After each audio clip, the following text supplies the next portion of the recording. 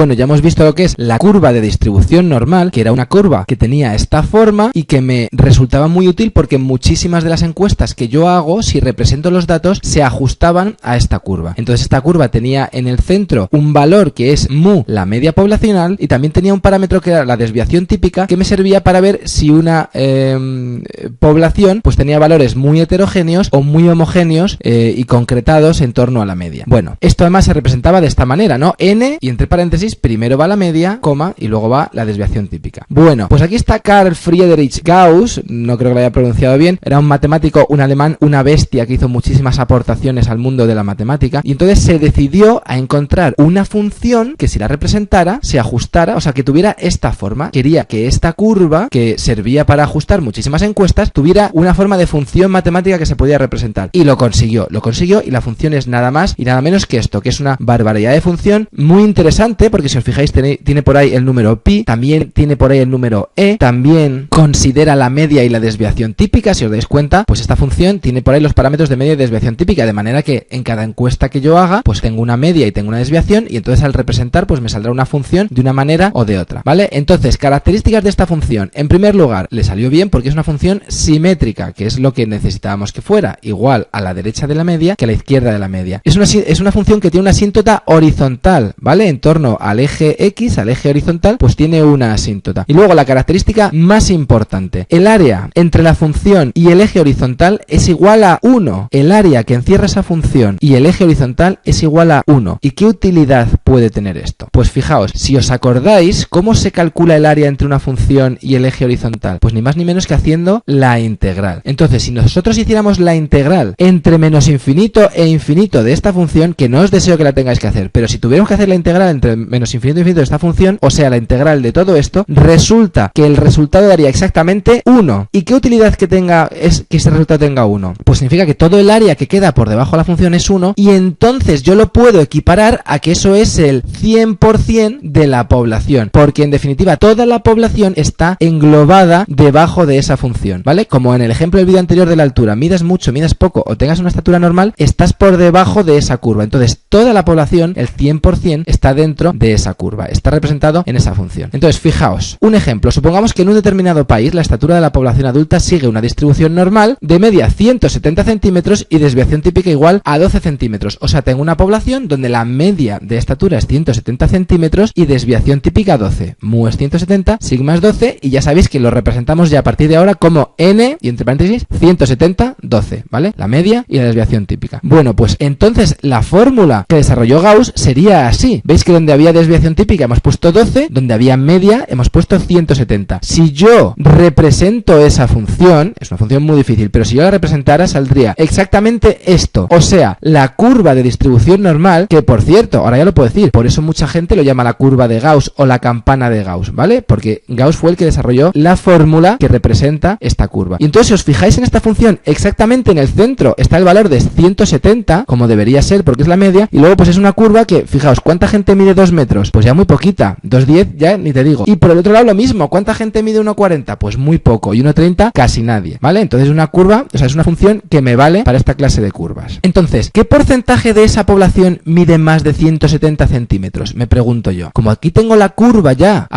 gracias a la función desarrollada por Gauss, el porcentaje de población que mide más de 170 centímetros representa los que están a la derecha de 170. Como 170 es la media, yo ya sé que es el 50% de la población, ¿vale? La mitad de la gente mide más que la media. En eso consiste. Pero realmente si hiciera la integral entre 170 e infinito, ¿vale? A partir de 170, si hago la integral de 170 a infinito de esa función, resulta que el resultado da exactamente 0,5, o sea, el 50%. Es decir, que puedo utilizar esta fórmula para responder preguntas sobre la población. Por ejemplo, ¿qué porcentaje de esa población mide menos de 1,80? ¿Mide menos de 180 centímetros? Pues si esta es la curva, estoy buscando el área por debajo de la curva que va desde menos infinito hasta 180, ¿vale? Y ese área al final lo puedo convertir a un porcentaje de la población.